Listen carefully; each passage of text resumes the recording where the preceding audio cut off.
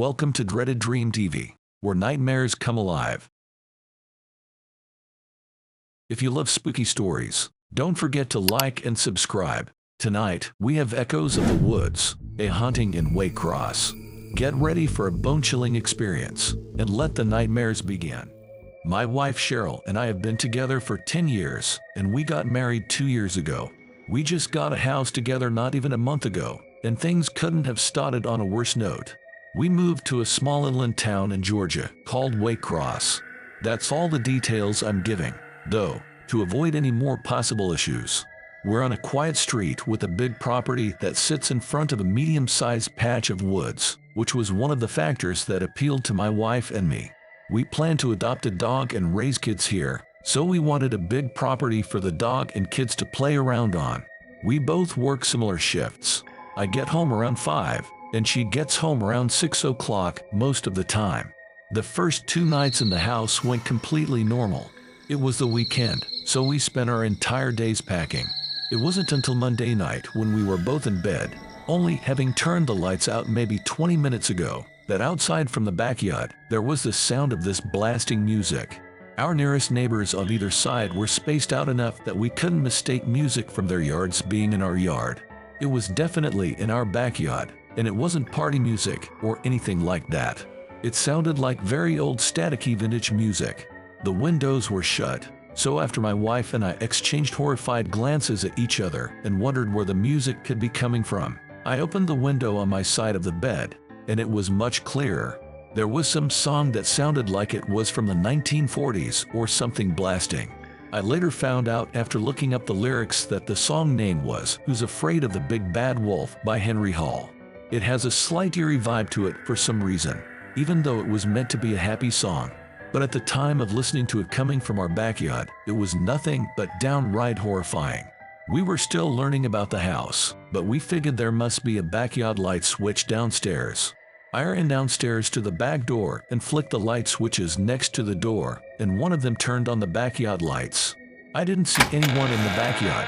I opened the door, and the music was louder, obviously, but as I walked out into the grass, I realized it wasn't coming from the backyard. Rather, it was coming from the woods. The song played to completion as I was outside, just standing there looking around. When the song ended, there was silence again. It seemed like someone must have been playing some stupid housewarming prank, but it wasn't appreciated. I went back to my wife and told her it was probably just some kids trying to scare the new ones in town, for whatever reason. Hearing myself even say that, I realized how stupid and weird it sounded. Why would anyone do that? The next night, it happened again a few minutes after we turned out the lights in the bedroom.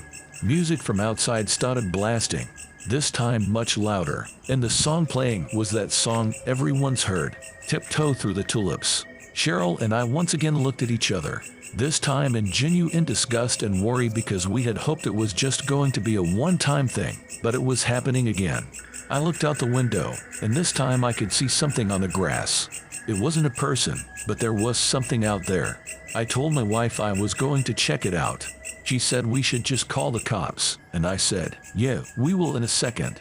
I went out there with this mindset that I needed to establish I was the man of the house, not just to my wife, but to whoever was thinking they could mess with us just for being the new people on the block.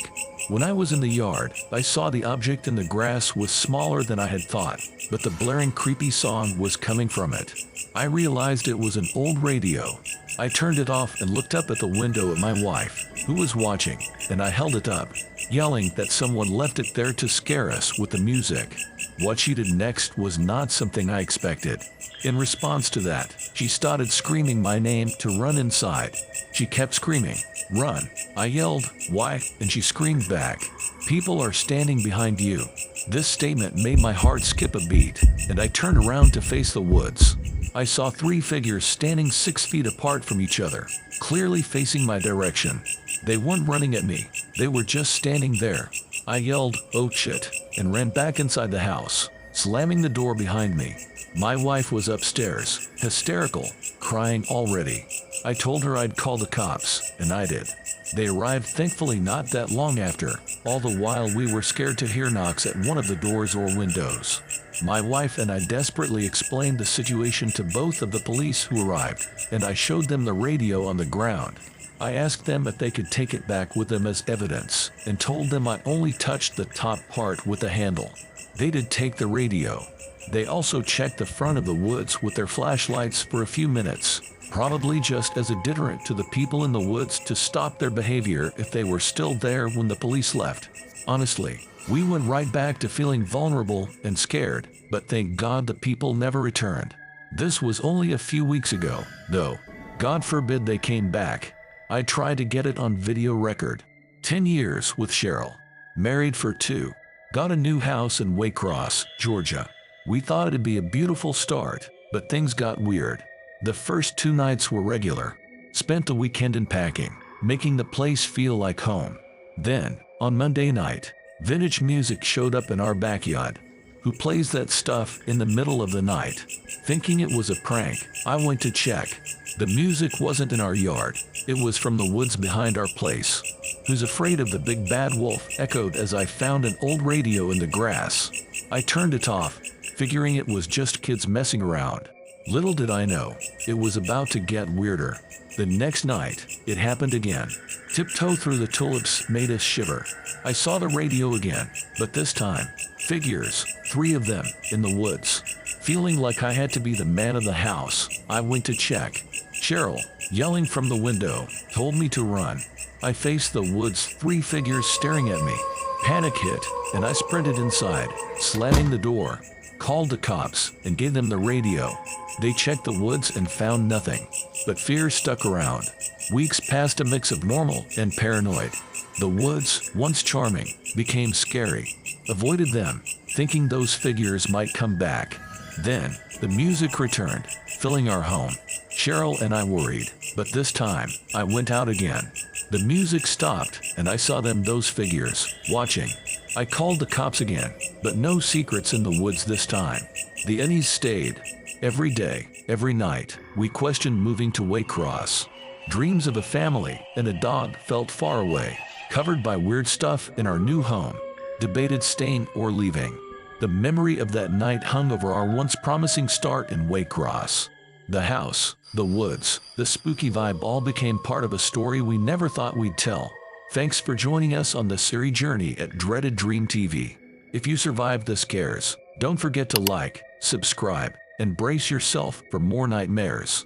Until next time, stay dreadful. Thanks for watching.